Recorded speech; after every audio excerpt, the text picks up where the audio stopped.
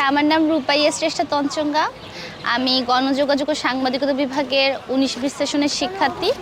আর আমি হলাম যে স্বতন্ত্র শিক্ষার্থী ঐক্য প্যানেল থেকে কেরিয়ার ডেভেলপমেন্ট সম্পাদক পদপ্রার্থী। আমরা দেখছি আবাসন সংকট, পরিবহন সংকট, সুষম খাদ্যের একটা পরিবেশের অভাব। পাশাপাশি দেখছি যে আমাদের হলো যে একাডেমিক পরিবেশের যে অবস্থা, একাডেমিক পরিবেশ বলতে আমি যদি গ্রন্থাগার লাইব্রেরির যে আপনার ওয়েবসাইটগুলো আছে তার যে আপডেটেড ভার্সনগুলোর যে আমরা জানি না, সেই দিক থেকে বিষয়গুলো। তারপর শিক্ষকদের অ্যাভলিউশনের যে বিষয়টা, যে শিক্ষকরা যে কতটুকু পড়াচ্ছে, আসলে কি তারা গুণগত মান বজায় রেখে পড়াচ্ছে কিনা, সেই বিষয়টা এখানে বিবেচিত।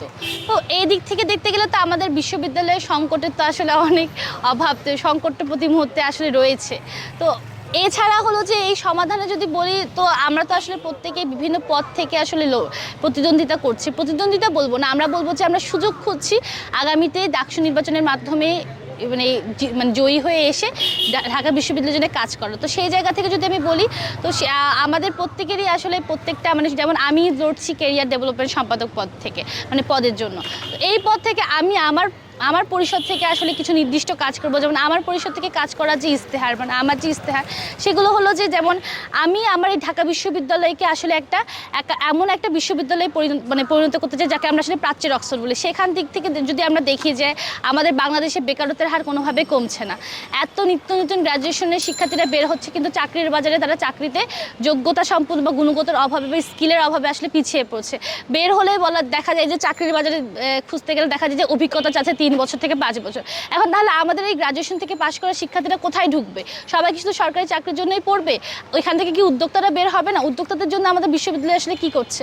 এই সব কিছুকে মাথায় রেখে আসলে আমার ইস্তেহারটা তৈরি হয়েছে। পাশাপাশি আমাদের বিশ্ববিদ্যালয়ের শিক্ষার্থীরা কি শুধুমাত্র এই চাকরির বাজারে হলো যে খালি মানে সরকারি চাকরি ছাড়াও কি বিকল্প কি চাকরিতে তারা আসলে নিজেদের যোগ্যতা দিয়ে এবং নিজেদের গুণগত স্কিল বাড়িয়ে তারা নিজেদের ডিপার্টমেন্ট থেকেই আসলে মানে ডিপার্টমেন্টের পড়াশোনার সাথে সামঞ্জস্য বজায় রেখে আসলে চাকরিতে মানে এগিয়ে যেতে পারবে বা চাকরির বাজারটা দখল করতে পারবে। এটাও একটা বিবেচনার বিষয়। তো সব কিছুকে মাথায় রেখে আমি আমার অনেক কিছু ইস্তেহার পরিকল্পনা আসলে মানে তৈরি করেছি এবং তুলে ধরেছি।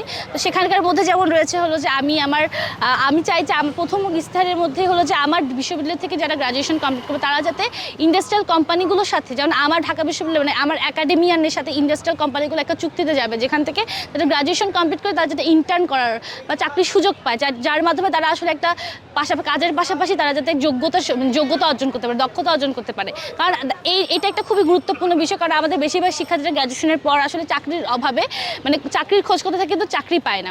পাশাপাশি একটা আপনার ওয়েবসাইট বা রিসোর্স হাব তৈরি করা, যেখানে প্রত্যেকটা ইন্ডাস্ট্রিয়াল কোম্পানিগুলো যেই ফ্যাকাল্টির আন্ডারে পড়ে সেই ফ্যাকাল্টির আন্ডারে কিছু রিসার্চ হাব তৈরি করা, যার মাধ্যমে এনি কাইন্ড অফ নতুন নতুন চাকরি যাতে আপডেটগুলো যাতে শিক্ষার্থীরা পায়, যাদের প্রত্যেকটা মুহূর্তে সেখান থেকে শিক্ষার্থীরা যখন চাকরির খোঁজ করবে তারা যাতে সেই রিসোর্স হাব থেকে চাকরির বিষয়ে জানতে পারে, চাকরির বিষয়ে তারা মানে সিবি প্রদান করতে পারে। পাশাপাশি কিছু স্কিল যেমন সিবি রাইটিং থেকে শুরু করে বা এসওপি, যদি যারা হায়ার এডুকেশন করতে মানে হায়ার এডুকেশনে যেতে চায়, এই সংক্রান্ত বিষয়গুলো সম্পর্কে যারা হায়ার স্টাডি করতে তাদের জন্য একটা কাউন্সিলিং ফর্ম বা মেন্টর ফর্ম, যেটা হলো যে তাদেরকে শুধুমাত্র হায়ার স্টাডিজ করতে গেলে তাদের কোন ধরনের স্কলারশিপগুলো আছে, কোন ধরনের স্কলারশিপগুলো তারা কাজে লাগাতে পারবে, তার জন্য আসলে তাকে কী বেসিক মানে রিকোয়ারমেন্টগুলো ফুলফিল করতে হচ্ছে। কেউ ভলেন্টিয়ার অ্যাক্টিভিটিস আছে, কেউ কারিকুলার, কেউ চাচ্ছে লিডারশিপ বিষয়গুলো। তো এই বিষয়গুলোতে কেন্দ্র করে কেউ আবার চাচ্ছে রিসার্চ ম্যানেজমেন্ট, কেউ চাচ্ছে ডাটা ম্যানেজমেন্টের যাতে ট্রেনিং থাকে।